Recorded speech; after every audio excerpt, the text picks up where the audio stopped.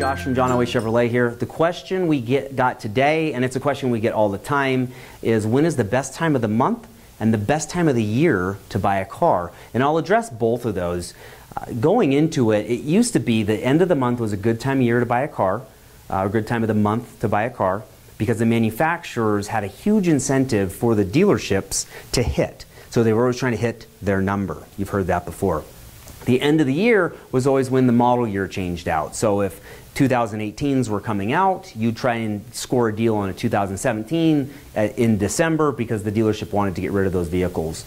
It's changed a little bit now. Now the model year changeouts really happen. It's June right now. I've got 2018s on the ground right now. So the model year changeout has happened throughout the course of the year, so you're less incentivized from the model year changeout. So you might want to move that up a little bit. If you're paying attention, you can track the dealership's websites and really pay attention to when the new ones are coming and then start to jump on that. But be careful, because it may be June or July when that happens. We've had current model years come out, new model years come out as early as February before. So if you want to pay attention to that and you're looking for a stellar deal, do that. I would recommend don't wait too long, because what happens is you lose the selection. And if you're picky on color or trim levels, etc., then you may lose some of that selection. But you may get a great deal. So kind of a trade-off there. And then going back and addressing the end of the month, most manufacturers and most dealerships, they base that incentive throughout the entire month. So we base on the first of the month that we're going to hit that incentive, and we bake that incentive into the car deals throughout the entire month.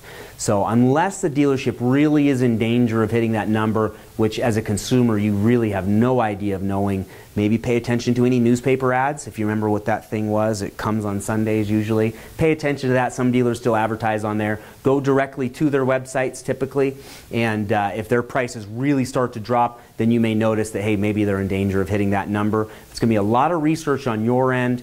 What I would generally say, if you want to save yourself the brain damage of all that, wait until Memorial Weekend, Labor Day weekend, the Black Friday, and the week after that, last week of November.